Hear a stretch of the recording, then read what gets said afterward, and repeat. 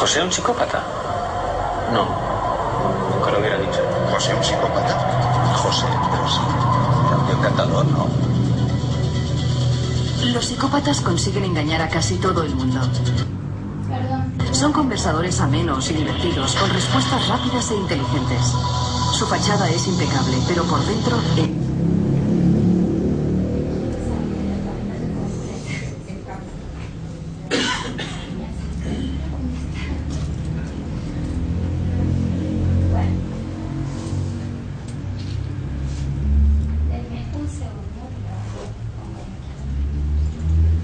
¿José un psicópata? No, nunca lo hubiera dicho. ¿José un psicópata? José, pero sí. Era un tío encantador, ¿no? Los psicópatas consiguen engañar a casi todo el mundo. Son conversadores amenos y divertidos, con respuestas rápidas e inteligentes. Su fachada es impecable, pero por dentro están vacíos. Solo se relacionan por puro interés. Son como actores que interpretan un papel, el papel de su propia vida. Al principio me caía bien, francamente bien, la verdad. Era un tío pues, que contaba historias, pero conforme pasaba el tiempo la verdad es que me empezó a parecer superficial. Ahora que lo dices sí que era un poco raro. Veía algo en los ojos. Era como si no mostrara ninguna emoción. Como si tuviera una máscara. Eso sí, siempre iba impecable. Las camisas perfectamente planchadas, de ropa de calidad. Siempre iba con ropa italiana. Los psicópatas tienen una necesidad de autogratificación desmesurada. Para satisfacerla se sirven de todos los que tienen a su alrededor. Y saben que con una buena apariencia es más fácil conseguir lo que quieren.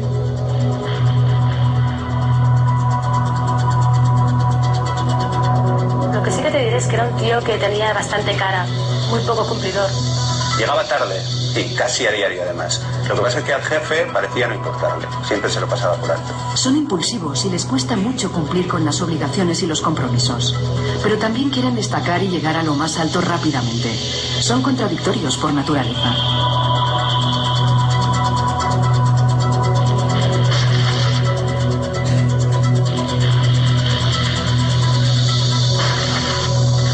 Siempre intentaba destacar, siempre intentaba tirar para arriba, ¿no? Y no le importaba cómo. A mí me tenía amargada. Siempre pedía los informes a última hora y larguísimos.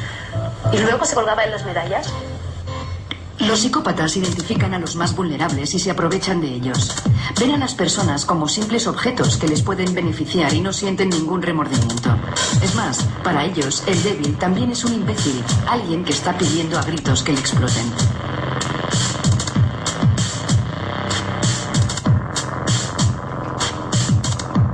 Me acuerdo que incluso un día se metió en un lío gordo, porque alguien, no sé quién, recuerdo que dijo que le había robado una idea. No sé muy bien qué pasó, no me acuerdo muy bien, pero al chico lo echaron. Y José se quedó. Mienten y manipulan de manera natural. Además, son completamente ajenos a la posibilidad de que les descubran. Y aunque les pillen, no se avergüenzan ni se muestran perplejos. Simplemente cambiarán la historia para que sea consistente con la mentira.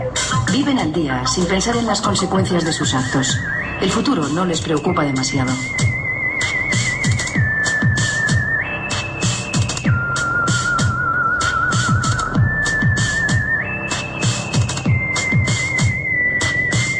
A mí me engañó totalmente, pero me entendía y me comprendía tan bien. En las relaciones de pareja, los psicópatas también son unos actores magníficos.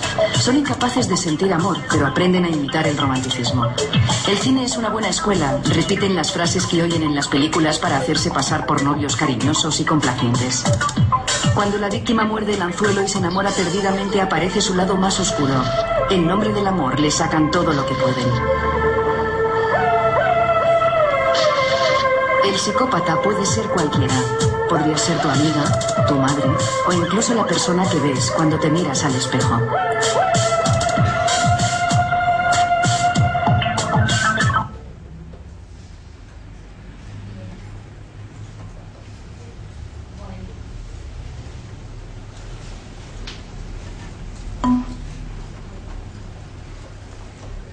¿Pudieron escuchar?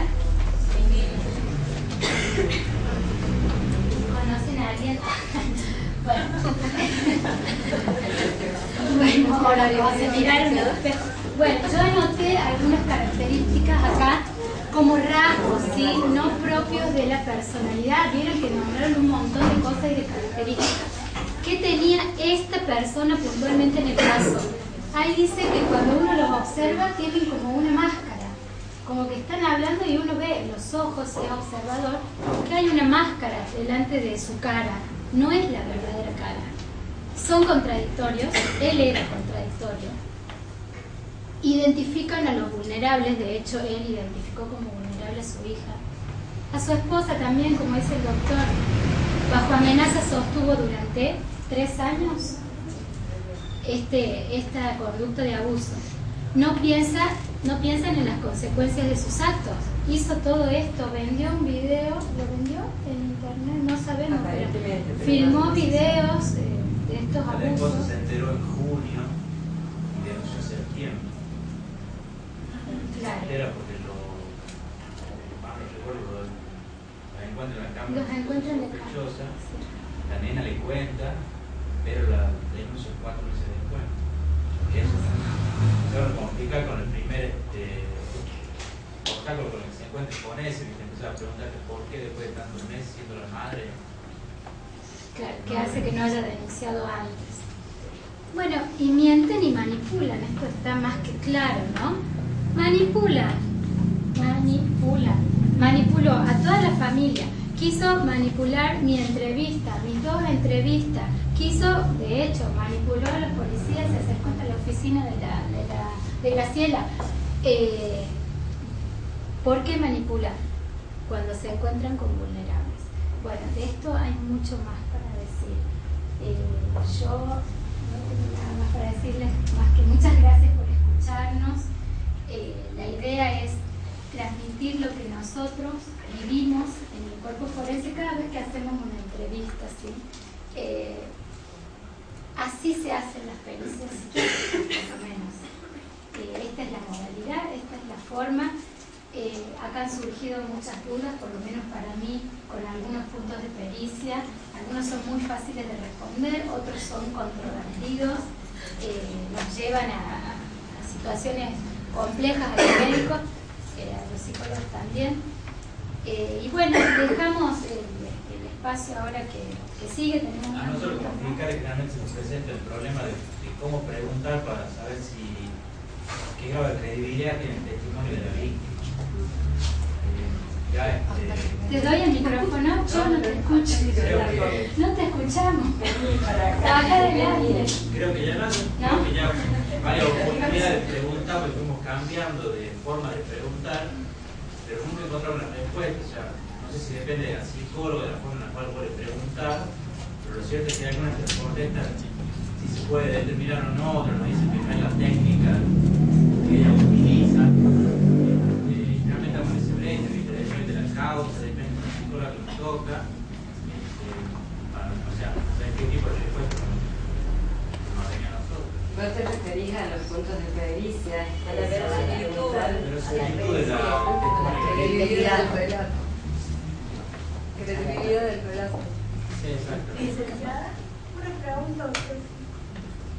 La segunda, yo no tengo mucha idea de cómo parece la entrevista, yo soy abogada, pero la segunda entrevista se hace porque era difícil determinar la patología del otro, finalmente se hacen 2 entrevistas. No, es lo que yo dije al principio, el 90%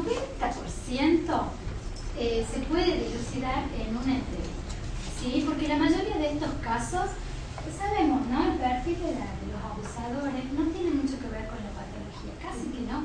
Son generalmente personas que no tienen alteraciones de sus facultades mentales, entonces es muy claro.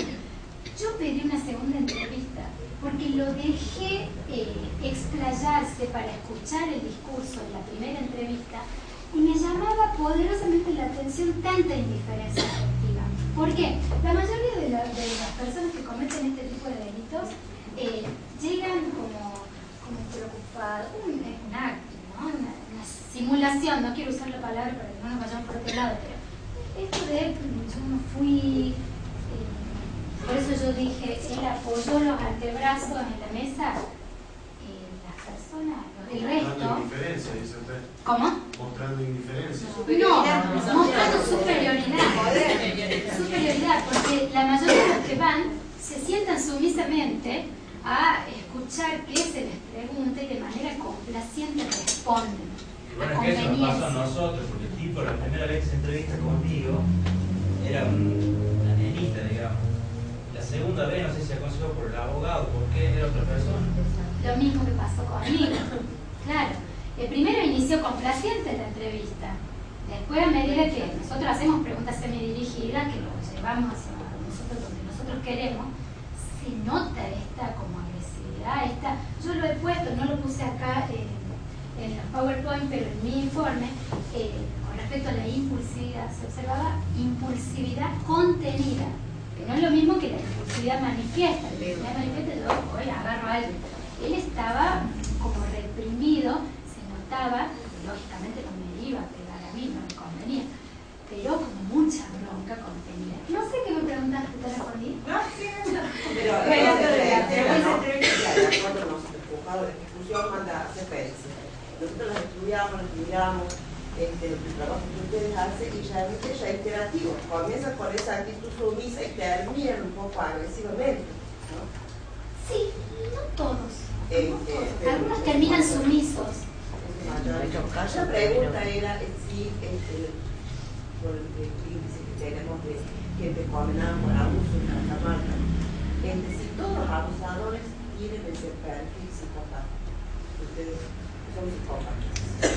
Mira, nosotros casualmente hemos estado haciendo una junta el otro día. Y acá le pido a todos los colegas que han trabajado conmigo en esa junta, y lo que nosotros hemos observado es que hay características determinadas, hay una estructura que es difícil de que se modifique si no hay un tratamiento sostenido en el tiempo. Por supuesto, de las personas hemos visto varios, algunos muestran culpa, otros no. Es llamativo aquel que no muestra culpa, que no se hace cargo, que usa el mecanismo de proyección así como lavarse las manos prácticamente. Entonces nos lleva a pensar, tampoco quiero ser tan cerrada a decir que no salga liberado de todo el control. Ahora, yo estuve leyendo en alguna oportunidad que el abusador tiene mucho... Te aclaro, es importante para poder revisar todas estas cosas que ellos han hecho, el tratamiento sostenido en el tiempo. El problema que se plantea en la ejecución de la pena es que es un tratamiento voluntario. O sea, nosotros no podemos obligar. Es voluntario. O sea, él llega a requerir el abordaje. O sea, más adentro, por eso en las resoluciones lo invitamos a que ellos se puedan comprometer y ponerse para el abordaje. Y justo es el perfil en salud mental que no consulta. El perfil que no consulta, porque para ellos no hay tratamiento. Yo no necesito, doctor, usted me manda a hacer ese tratamiento. Yo estoy enfermo. Si la culpa es de los otros. La culpa es de los otros. Está puesta en el otro. Es tan complejo. Todo el tiempo están trasladando sus responsabilidades a casa. Eso es lo que se observa. Hace 3 años que estoy observando exactamente lo mismo. Las preguntas, termino con esto. Si hay alguna similitud con el estafador, o sea, por el modo, el ardid, el engaño, sobre todo con el pedófilo. Y hay rasgos psicopáticos. Ahí están. Un estafador seguramente tiene algún rasgo de estos, ¿no? Es más seductor. Estos son más impulsivos, me parece, no sé, me parece. Yo comienzo desde pequeño, con mi princesa, desde ese ver cómo trabajaban psicológicamente sus víctimas de pequeñita, con pequeños regalos, gustos, hasta que lograban llegar a la pubertad, podían lo haber cometido, ¿no? Bueno. Sí, yo quiero, ahora aprovechando que está Javier acá,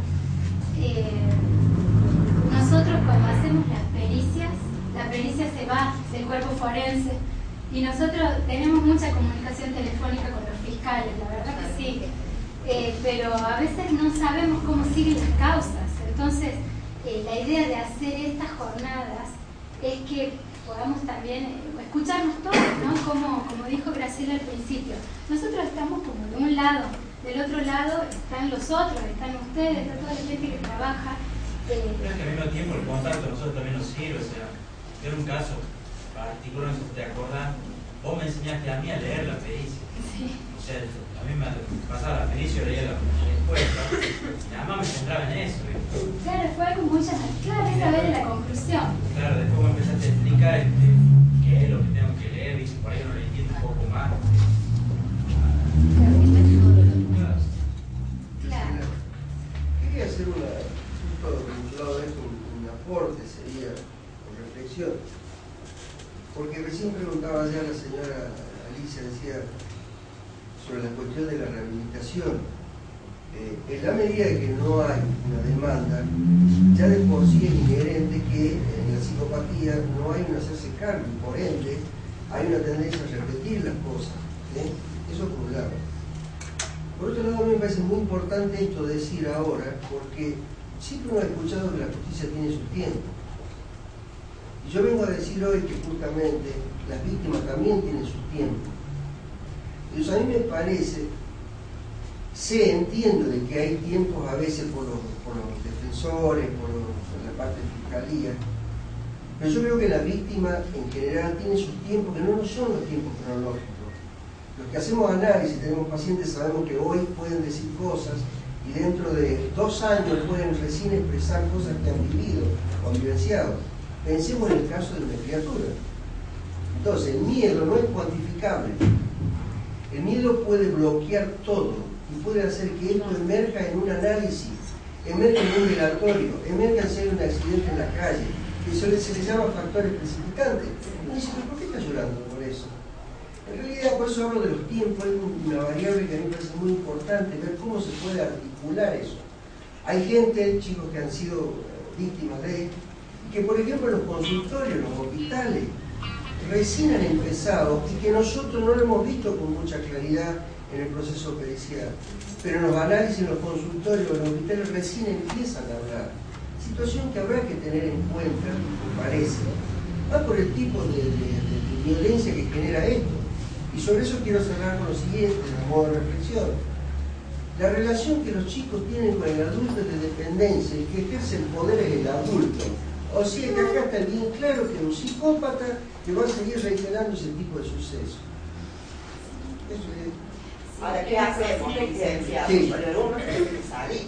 El problema es, podemos retrasar el acceso de esa persona porque no quiere abordar. El problema es que no hay política, en esto una política de Estado que se comprometa, ¿no es cierto? O sea, convención. Y cuando salga esa persona, no se puede ejercer, no te digo la remeta, porque sería inconstitucional, pero un control, ¿dónde estás? ¿Qué estás haciendo? Eso es lo que todos tienen que preocupar como sociedad. Yo te doy 2 respuestas sobre eso. Primero, no hay política de Estado. La gente se la pasa adentro consumiendo más psicofármaco y droga que dándole fuente de laburo, pero no laburo para que se quede el Estado, sino el tipo que labura adentro y le dé la platita a él como si fuera un sueldo. ¿Cuándo vas preparando para salir? Segunda instancia, tiene que haber equipo, no 2 o 3 colegas. Tiene que haber equipo multidisciplinario y trabajar por lo menos 2 veces con terapia con los tipos. Y abrirle la cabeza, en el buen sentido, digo transferencialmente, para que comiencen a hablar de esta dificultad. Pero justamente, ayer veíamos que durante todo el lapso que tuvo 16, 17 años, fue 5 veces la psicóloga. Entonces esa persona es propensa a repetir el hecho, como hubo otros casos que hemos visto. Imagina que si no hay como decir, recursos humanos, nosotros estamos haciendo constantemente recomendaciones al ejecutivo. No hay agua para bañarse, esta mañana me llaman y dicen, doctora, no tenemos agua porque no hay gas. Se lo intimó al ejecutivo, o sea, ¿qué falta? Una ametralladora, nada más. No hay gas para que se bañe. Dice, no, ¿usted quiere que vaya a la escuela? Bueno, no nos podemos bañar porque no hay gas. No podemos ir a la escuela. ¿Perdón? Sí. ¿Cuánto dura cada entrevista ¿Psiquiátrica? Sí. Yo, generalmente duran 40 minutos. Es lo aconsejable. Y sí, más o menos. Ahora, con ese lapso de tiempo, ¿Es suficiente para elaborar una pericia con una o dos entrevistas? Depende de la persona, pero sí, la mayoría de las veces sí. Y ustedes en el acto dejan así que se exprese, o sea, a mí se me ocurre, la gente viene a decir, yo fui, y así muy primitivamente uno con su hijo, con su familia, va tirando líneas y va tirando cosas que hagan explotar. Dice que ellos vienen con esa cosa armada, o sea, obviamente como cualquiera, o tapando, o negando. Ustedes hacen referencia a los hechos puntuales, algo que sea doloroso, algo que le despierte algo, como para que hables qué siente sobre la hija, por ejemplo. No. Realmente a mí no me hace falta. No. Tiene que ser algo, una persona que tiene un aplanamiento afectivo o que no sé, la verdad. Para ponerlo por otro punto, no. Hay personas que hay casos. El lenguaje dice mucho. A mí, no sé si entiendo la pregunta, pero creo que no hace falta incitar. Claro. No. Todo el mundo va a negar. ¿Cómo ¿Cómo hace uno para decir, realmente esta persona se está defendiendo porque no surge claramente, criteriamente lo que uno ve, que está diciendo la verdad y que no tiene ninguna patología, pero que es clarita, no está condicionando, tirándote para otro lado, no te está chicaneando. No, para nada. Ah, bien. Para nada ni pienso. Sí, no, bien. No, me pregunta, los casos falsos de abuso, donde el tipo está diciendo, por Dios, yo no fui. Ahí está. Y un tipo que te dice, porque mi hija me tiene que hacer caso, o porque mi mujer es una... Bueno, ahí volvemos al segundo PowerPoint que puse yo sobre el método fenomenológico y sobre el cuestionamiento de la credibilidad del método. Yo, y creo que todos mis colegas, cuando una persona pasa la puerta, ya es analizada fenomenológicamente, para que vos te vayas dando una idea. La primera palabra ya es un fenómeno que nos dice muchísimo contenido, pero no sé cómo explicarte la cantidad de contenido que hay detrás de esto. Es tan rico el lenguaje, es tan rico, por más que una persona quiera manipular, es más, yo creo que ni siquiera instruido por un psiquiatra puede llegar a simular para un psiquiatra o para un psicólogo, porque estamos especializados en eso. Nos pasó, como dice Graciela, en una jornada que tuvimos acá con el doctor Moravito, que ellos pusieron un tape, no sé si hay gente que estuvo ese día, pusieron un tape de una mujer que había sido víctima de trata, ¿no? Cuando termina el tape nosotros hacemos todas las caras porque era una víctima de trata y ellos interpretaron como que la chica estaba conforme con la situación. Entonces nosotros saltamos, dijimos no. Esto nos movilizó también a esto. La escucha diferente.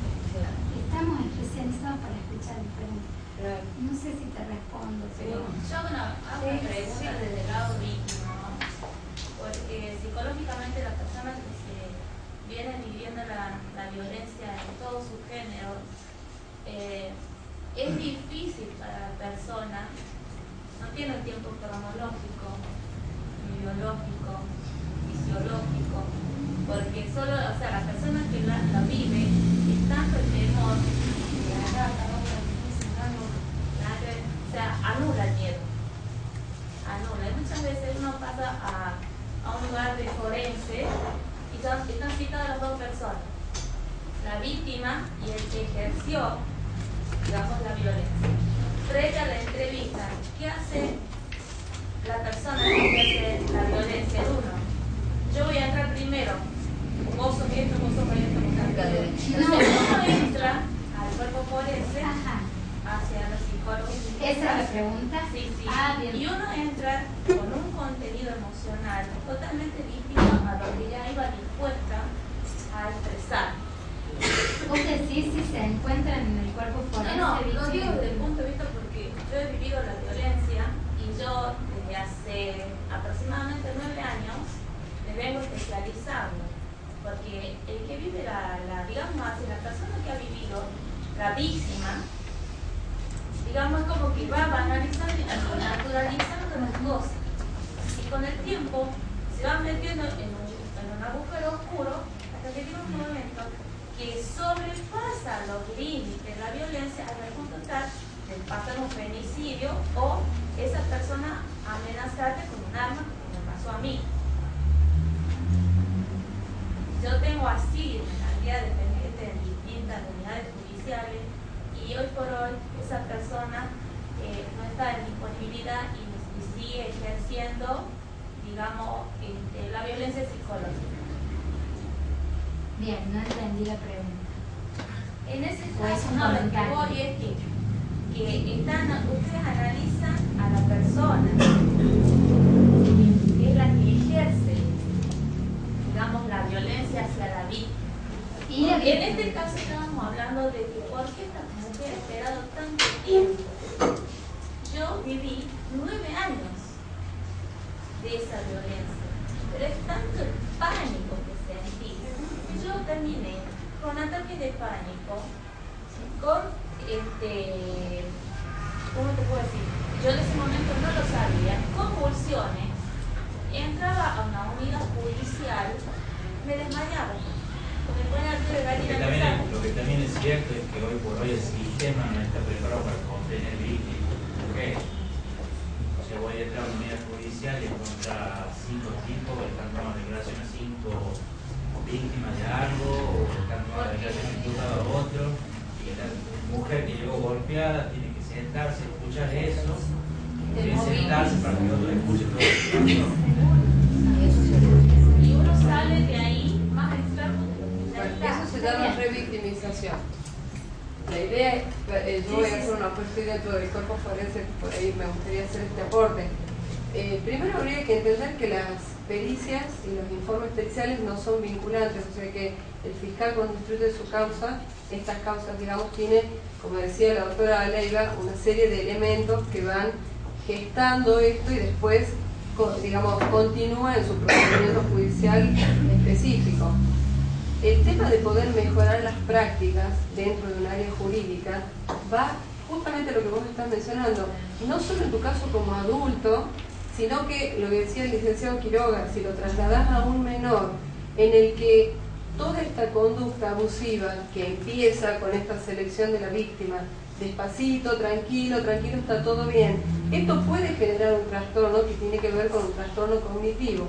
Pensar que aquello que yo aprendí intelectualmente es lo que se debe hacer, pero cuando vos evalúas las normas socialmente aceptadas te das cuenta que esa conducta no corresponde. Entonces, todo esto, al momento en que te cae la ficha de niño, de adolescente, de adulto, si el abuso fue en la infancia y lo pudiste decir en adulto, o el tema de la violencia, que es otro tipo de abuso, digamos, todo confluye al daño psíquico, va generando distintos tiempos, se va ensamblando en distintos tiempos.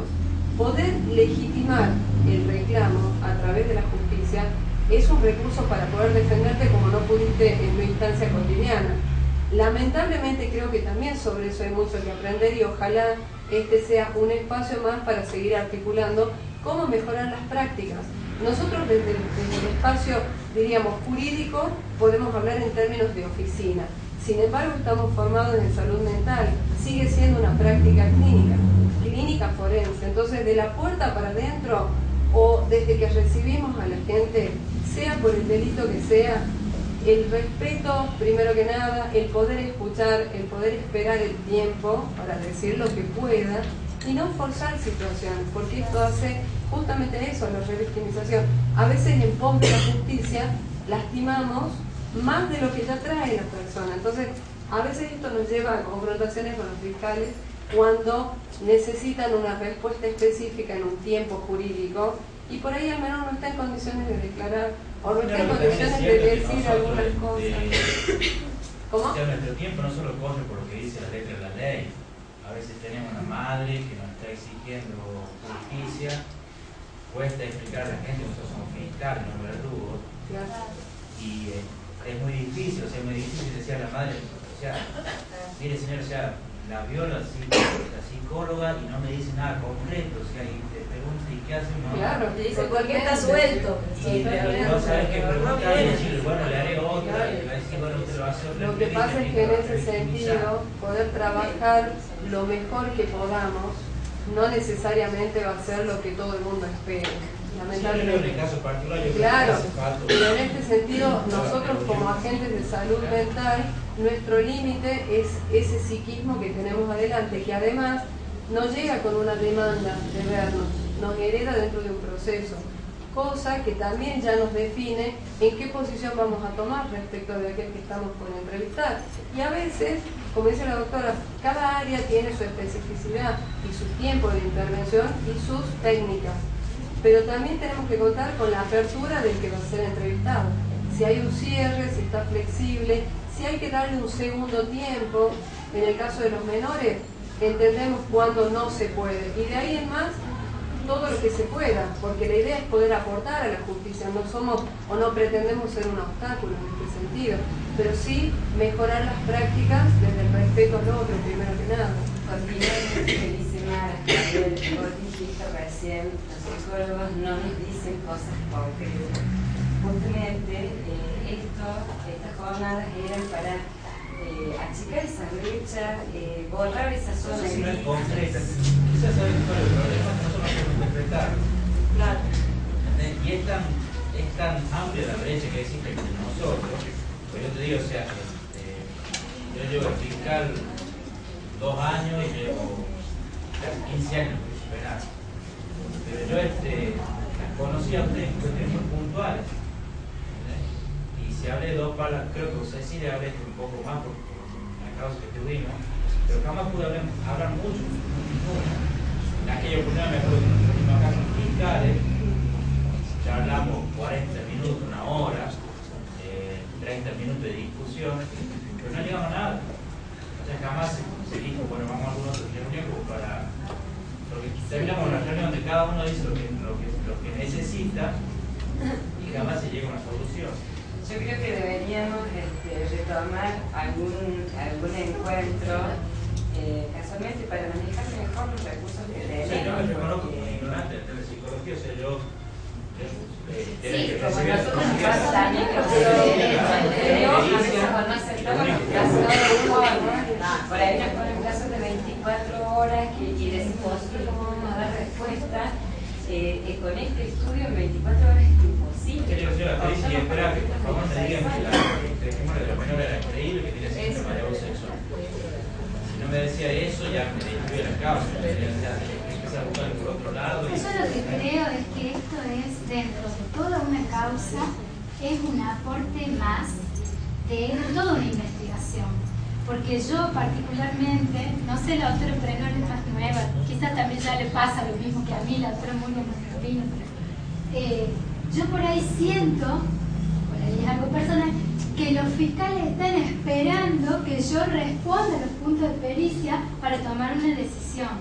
Cosa que, imagínense la responsabilidad como psiquiatra, ¿no? Porque... ¿En qué caso es igual? Mira, vos tenés hecho que no tenés testigos.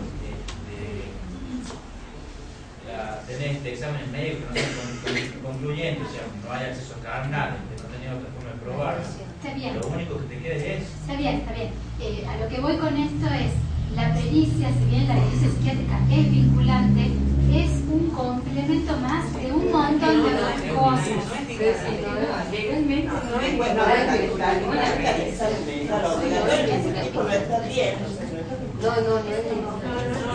no lo pueden indagar. El cuerpo lo primero que hace es el examen mental obligatorio, que es una cosa totalmente una pericia. ¿Cómo, perdón? El cuerpo hace primero el examen mental obligatorio antes que nada, antes que empezar, para saber si el tipo realmente no está encuadrado de alguna de las figuras de la 24. Acá con todo el te digo, porque también fui fiscal, con todo el cómo te toda la víctima, ya tengo pericia, que sea. Pero él no lo queremos. No, porque también por eso te digo que son dos cosas. Yo le hago una pregunta a los que son fiscales, abogados. Yo como psiquiatra, ¿cuán importante es para usted los informes nuestros y cuán complicado es leer nuestros informes o interpretarlos? Para mí es una utilidad, porque te imaginas que de mí depende que una persona esté en la calle sobre todo en este tipo de problemáticas. ¿Entendés? Muy importante. Y que lo expliquen bien, o sea, Últimamente, por ejemplo, yo he leído del cuarto interdisciplinario y están muy buenos. Los que dan porque explican, en realidad el parámetro normal es algo así. Entonces está muy bueno que lo expliquen porque el que lo lee no tiene idea de lo que está leyendo. O sea, el abogado está leyendo es médico. Entonces, pero muy importante. No, sobre todo en el caso mío, yo tengo que contar, o sea, disculpame que puedo tutear, Sí, tu mamá. En mi caso, yo les comentaba a ustedes de que el abordaje es voluntario. Entonces, en una causa como esta, por ejemplo, que ustedes ya han tenido conocimiento, yo necesito el auxilio de ustedes. No puedo poner una persona en la calle con esas características. ¿Qué es lo difícil de los informes? ¿Qué es lo que los síntomas no tengo? Para eso comparado en los juicios de Insania, comparaba las pericias que había antes y eran ilegibles. En cambio, después empezaron a dar el parámetro que es normal, el parámetro que tenía, o sea, lo que presentaba el insano. Y estaba bueno porque vos sabías cuál era el parámetro normal y lo que presentaba el insano.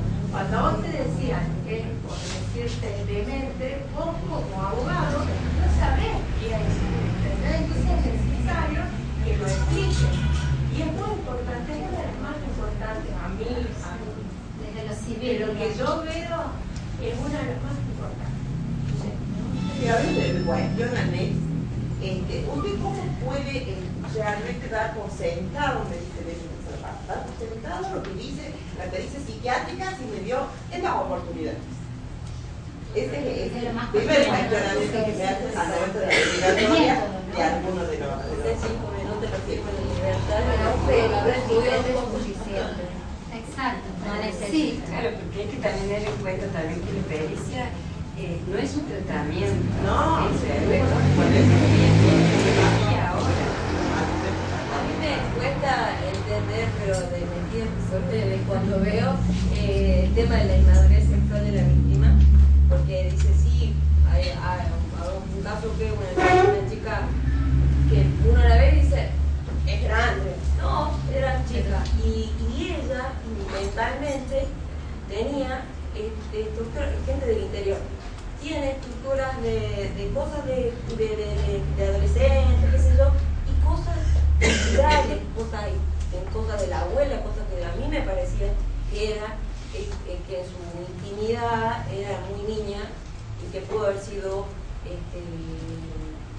manipulada, pero tenía la pinta de ser una tremenda mujer, digamos, y encima tenía mucha independencia porque por la circunstancia familiar tenía mucha solvencia económica, iba, volvía. Entonces, yo creo que la vista de todo el mundo debe haber dicho nada. Bueno, ahí están los prejuicios, ¿no? Como es los prejuicios. Hay mucho de prejuicios. Puntualmente en ese hecho, yo tengo la sensación de que tenía. Ahora, la respuesta era, sí tenía madurez sexual. Y no sé si con una frase, sí está bárbaro, capaz que es más fácil fundamentarlo haciendo referencia a por qué, en qué se basa el tema de la madurez sexual, porque la persona tiene, por ejemplo, la cuestión cultural muy arraigada. Sí, nosotros por ahí, bueno, no sé Graciela, pero yo en mi caso, para poner, por ejemplo, impulsividad no presenta, hice un análisis complejísimo. Claro. Por ahí no lo puedo explicar cómo lo hago. Pero también quiero dejar esto, ¿no? Cuando ponemos, aunque sean 2 palabras o una, detrás de esa palabra hay un análisis muy complejo. No es algo que lo vi y es complejo, no, claro. Es mucho más complejo que eso. ¿Vos querés preguntar algo? Sí, en el caso concreto, trayendo acá análisis, ¿no? Me surgió un delay, digamos. ¿Qué de su ciencia, de su disciplina, qué elemento preciso, recurso le puede aportar, por ejemplo, en el caso al fiscal, para poder determinar la edad de que comenzaron ese abuso? ¿Cuál es el elemento, recurso preciso de su disciplina? ¿La declaración del momento? Claro, pues digo, tarea, como yo vine siguiendo el caso, anotando ahí, sí. Que evita a los 13, después consiguió pareja, a los 16, se produce esa renuncia. Le daría, digamos, yo de otra vista diría, no es como de que empezó a 13, o sea, su declaración, pues de qué de su disciplina, de su ciencia, qué recursos realmente precisos pueden ustedes aportarnos, digamos, para poder confirmar que esa edad fue. Simplemente porque lo dice la víctima, pienso. Es el relato. Nada más. Y siente. ¿Por qué? Porque un niño, un adolescente, generalmente no piensa, menos sobre estas cuestiones, en lo general. Escuchame, Cecilia, antes que nada también, creo que hay que empezar a pensar un poco qué nos pasa con las cuestiones de los prejuicios. Hay una cuestión cultural, hablando de esto que comentaba la señorita sobre la cuestión de la inmadurez, pues no podemos correr riesgo de decir que porque tenía la faldita corta, porque aparentaba grande, y vamos justificando un maltrato, un golpe, una violencia, un abuso y una violación. Tengamos cuidado con eso, porque esa es materia justificable muchas veces de una lectura desde el poder. Cuando digo poder me refiero a los que tienen poder. Pasó esto porque ella lo provocaba. Convengamos que hay una relación de dependencia entre un niño o niña con el adulto. Nosotros somos los que tenemos el poder. Los chicos se acercan no para venir a querer coger con nosotros los grandes, sino es una seducción amorosa que tiene otro calibre.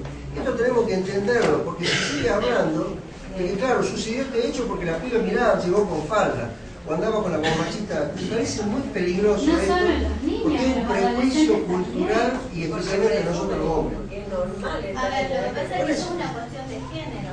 Te hace más víctima que parecer más chica, y te hace menos víctima que parecer más grande. Te hace menos víctima el haber tenido relaciones sexuales, porque la inmadurez sexual también lleva a que has tenido la Entonces, me parece que está bueno también que nos cuestionemos como mujeres cuál es el lugar que nosotros estamos dando a nuestro estereotipo de género y cómo nosotros reproducimos esta idea de que realmente si parece grandecita y bueno, será que la buscó el hombre, ¿no?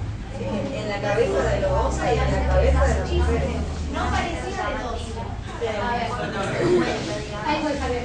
No, porque no tengo el concepto de una persona. Eso, por ejemplo, planteaba esa señorita, pero el caso, digamos, de una mujer que a lo mejor se ve llamativa con aspecto físico, quizás hasta desenvuelta. O sea, lo que plantea mi duda era si eso sería lo que quizás se llama una disociación entre aspectos cognitivos y lo emocional.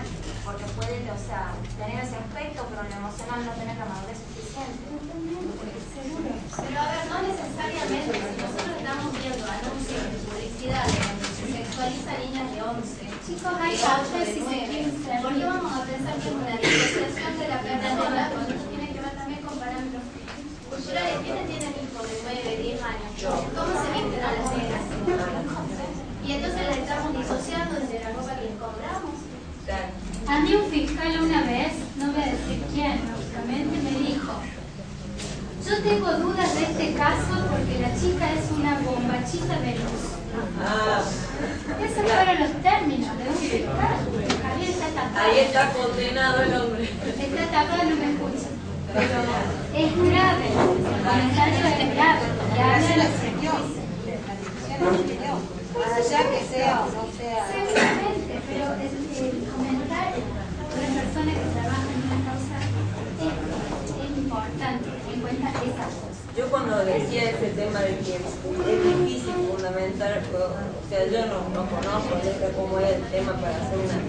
A veces he hecho cosas y quiero pensar cómo se hace un fundamento para mandar un tipo a juicio. Y si uno dice, era impulsivo, tal vez no dice tanto como que tenía, por ejemplo, decir, le generaba violencia en las preguntas relacionadas al afecto o...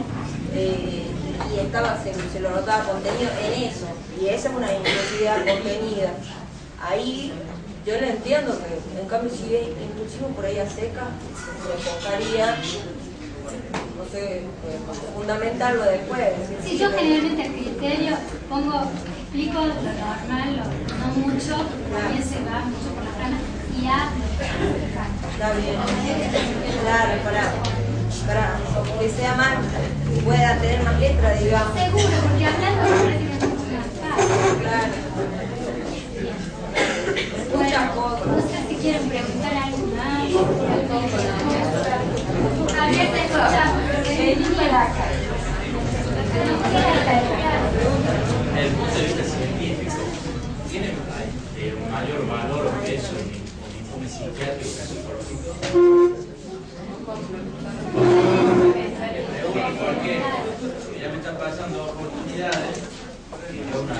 niño, la víctima, le haga un informe psicológico.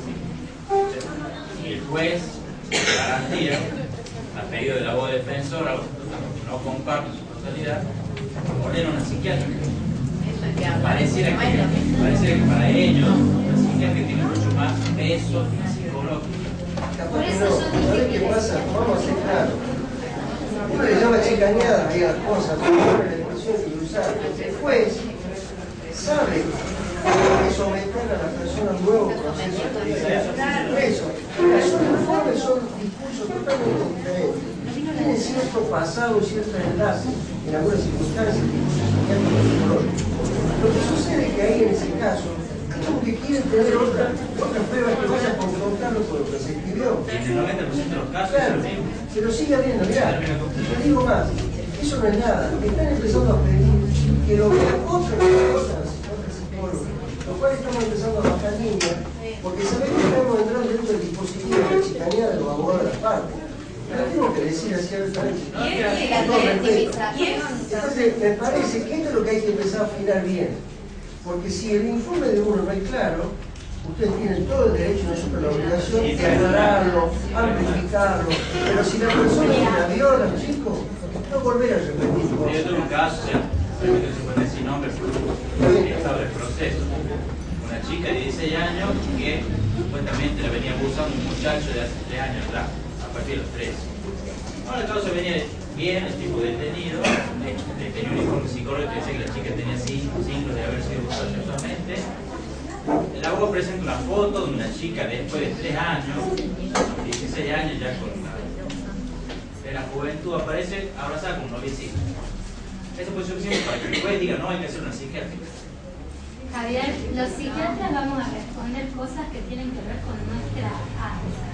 Y los psicólogos van a responder cosas que tienen que ver con lo de ellos. Entonces, a ver, ¿por qué está pasando esto, no? Y yo he hablado con varios colegas tuyos, ¿por qué una psiquiátrica si ya tiene la psicológica? No, lo que pasa es que la psicóloga no me responde claramente con una ampliación, pero no someter de nuevo a entrevista. Entonces, ¿qué puedo responder yo que el psicólogo no se haya podido responder? Sí, quizás sobre cosas médicas, causas médicas, psiquiátricas, puramente psiquiátricas. Pero sobre un punto psicológico yo no lo puedo responder. Los puntos son los mismos. Te voy a decir algo. Justamente esto lo hablábamos en reunión de departamento. Por ejemplo, funciones mentales es área psiquiátrica. Vos diríamos, dentro del área psicológica, nosotros te podríamos decir si está orientado, si tiene noción situacional, si tiene un estado de conciencia, si está ajustado a la realidad, si su discurso es claro, preciso, coherente, pero funciones mentales remiten al área psiquiátrica. Y ese gran problema, nosotros trabajando con los modelos de siempre. Claro, y es lo mismo, o sea, usted también. ¿Sabes lo que pasa? A nosotros nos encantaría poder personalizar, sabemos que también por la demanda de trabajo que hay es difícil, pero siempre la idea sería que cada causa tenga sus propios puntos de pericia. No, obviamente ya lo vimos en otra jornada, en el último punto que dice y todo otro dato de interés, ahí tratamos de especificar en relación a ese caso, pero preguntar de esta manera nos pone en ese lugar y yo soy una de las que contestó esta respuesta no corresponde a la área psicológica en alguna de las... Y en relación a la credibilidad, discúlpame, ¿viste cuando vos planteaste al principio lo de la verosimilitud del relato? Cuando hablamos de verosimilitud del relato, responde a un área que tiene que ver con lo que hablaba Graciela, que es psicología del testimonio. Eso es lo que se da en cámara GES. ¿Sabes por qué le empecé a preguntar yo? Porque hará 4 años vino una psiquiatra de la Corte Suprema. Sí, la Norma Mioto, y nos cuestionaba por qué preguntábamos si había tendencia a fabular o confabular. Entonces decía que eso era algo imposible de responder, entonces tenemos que preguntar si preguntaba. No, porque de todas maneras en otra forma que vamos a ir, digamos, articulando permanentemente porque nosotros sabemos lo que nos quieren preguntar, pero hay que preguntarlo para que nosotros podamos responder desde nuestra ciencia, desde la parte psicológica. Decir verosimilitud del relato, hay una escala específica que se puede analizar en base a la edad, a la forma del discurso, a la edad cronológica, hay una serie de ítems, ¿no es cierto?, que nosotros no lo aplicamos. Además, porque eso tiene que ver, como les decía recién, con psicología del testimonio. Nosotros no tomamos un testimonio. salvo cuando es en cámara GESEL, con un previo pliego de preguntas formulado desde la Fiscalía, y que tenemos una cierta soltura para que no suene tan torpe lo que vamos preguntando acorde a la edad. Ahora, pero pensar en declarado en Fiscalía, claro, y a nosotros vienen a preguntar si es verosímil, no podemos ahí. No, porque además, ojalá tuviéramos la bola de cristal. Eso sería bárbaro para todos, que tuviéramos la bola de cristal. Nosotros podemos hablar de estructuras de personalidad, de sintomatología observada al momento del examen, por ejemplo, esto que les decía recién, estado ajustado a criterio de realidad conservada, si surge la angustia o no, si esto está ligado a algún episodio en particular. Trabajamos sobre los vínculos que estructuran a esta personalidad, la historia vital de esa persona, todo eso lo podemos aportar.